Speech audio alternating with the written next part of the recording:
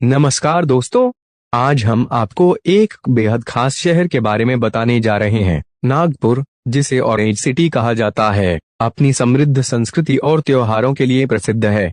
यहाँ दिवाली, गणेश चतुर्थी और गुड़ी पड़वा जैसे त्योहार बड़े धूमधाम से मनाए जाते हैं, जो शहर को जीवंतता प्रदान करते हैं। यहाँ की संस्कृति में विभिन्न परंपराएं और खान पान शामिल हैं, जो इसे अद्वितीय बनाते हैं। नागपुर में संतरे की खेती भी महत्वपूर्ण है, जिससे इसे विशेष पहचान मिली है। इसके अलावा नागपुर में कई ऐतिहासिक स्थल और मंदिर भी हैं, जो सांस्कृतिक धरोहर का हिस्सा है। नागपुर जिले का क्षेत्रफल 9,892 वर्ग किलोमीटर है। 2011 की जनगणना के अनुसार जिले की जनसंख्या 46,53,570 थी, जिसमें नगरीय क्षेत्र की जनसंख्या 24,05,421 है। नागपुर का जनसंख्या घनत्व 470 व्यक्ति प्रति वर्ग किलोमीटर है। यहाँ की साक्षरता दर 89.52%। नागपुर में कई प्रमुख पर्यटन स्थल हैं। रामटेक मंदिर, यह मंदिर भगवान राम को समर्पित है और ऐतिहासिक महत्व रखता है।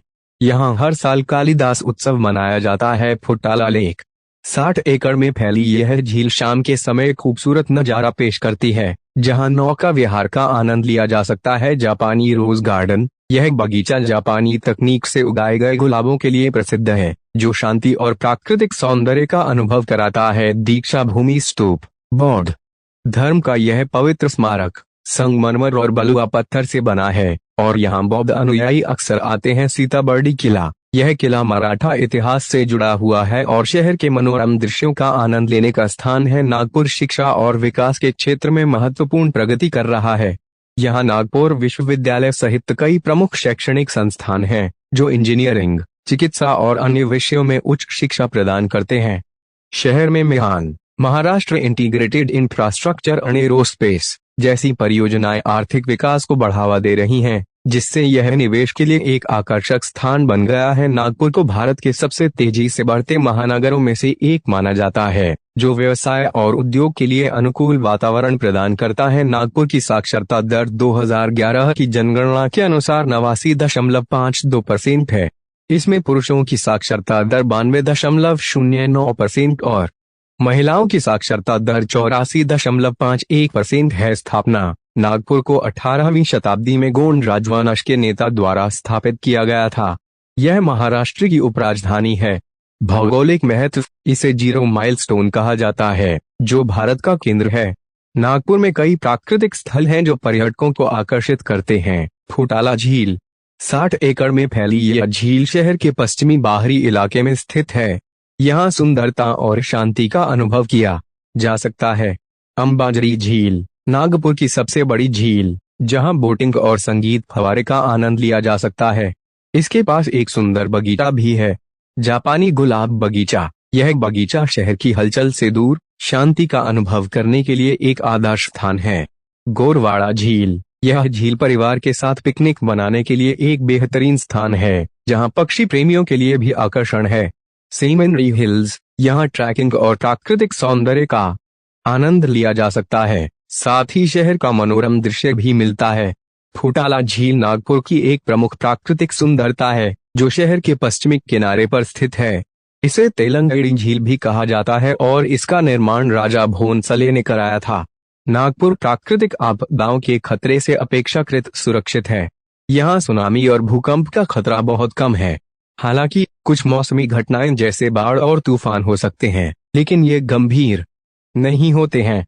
नागपुर का भौगोलिक स्थान इसे प्राकृतिक आपदाओं से बचाने में मदद करता है, जिससे यह एक सुरक्षित शहर माना जाता है। रामटेक, नागपुर से लगभग 50 किलोमीटर दूर स्थित एक ऐतिहासिक तीर्थ स्थल है। यहाँ का राम मंदिर भगवान राम से जुड़ा हुआ है, जहाँ मान्यता है कि उन्होंने अपने वनवास के दौरान यहाँ ठहराव लिया था। मंदिर का इतिहास, यह मंदिर लगभग 1500 साल पुराना है और 300 साल पहले राजा रघुजी भोसले द्वारा पुनर्निर्मित किया गया था। नागपुर की आबादी 2011 में 46,53,570 थी और 2024 में इसकी अनुमानित जनसंख्या 51,72,443 होने की उम्मीद है।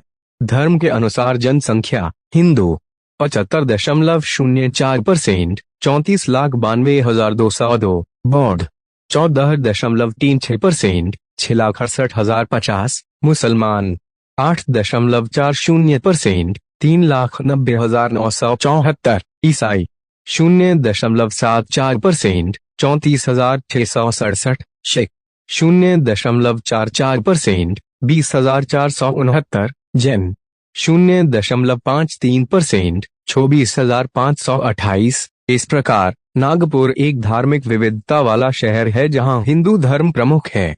नागपुर में कई महत्वपूर्ण त्योहार मनाए जाते हैं जो यहाँ की संस्कृति और परंपराओं का हिस्सा हैं। गणेश चतुर्थी, यह त्योहार बड़े धूमधाम से मनाया जाता है जिसमें लोग भगवान गणेश की मूर्तियां स्थापित करते हैं और 10 दिनों तक पूजा करते हैं।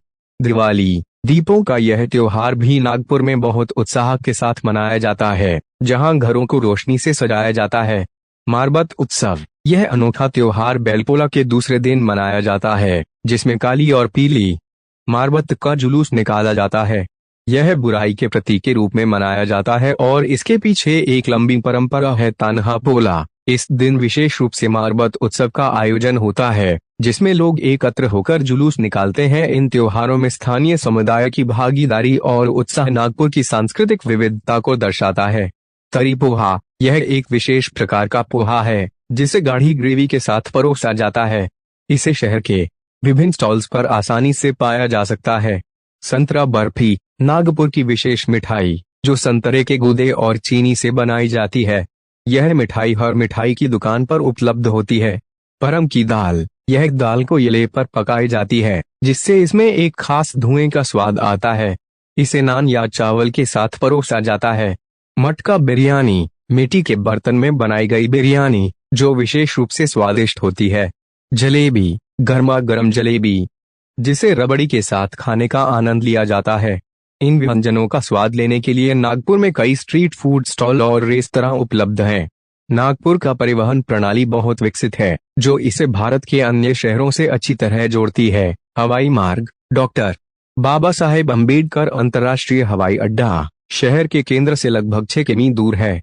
यहाँ से प्रमुख शहरों के लिए नियमित उड़ानें उपलब्ध हैं। रेल मार्ग, नागपुर रेलवे जंक्शन एक महत्वपूर्ण रेलवे स्टेशन है जो एक्सप्रेस और पैसेंजर ट्रेनों द्वारा देश के विभिन्न हिस्सों से जुड़ा हुआ है। सड़क मार्ग, नागपुर राष्ट्रीय राजमार्ग 44, 47 और 53 द्वारा प्रमुख शहरों से जुड़ा है।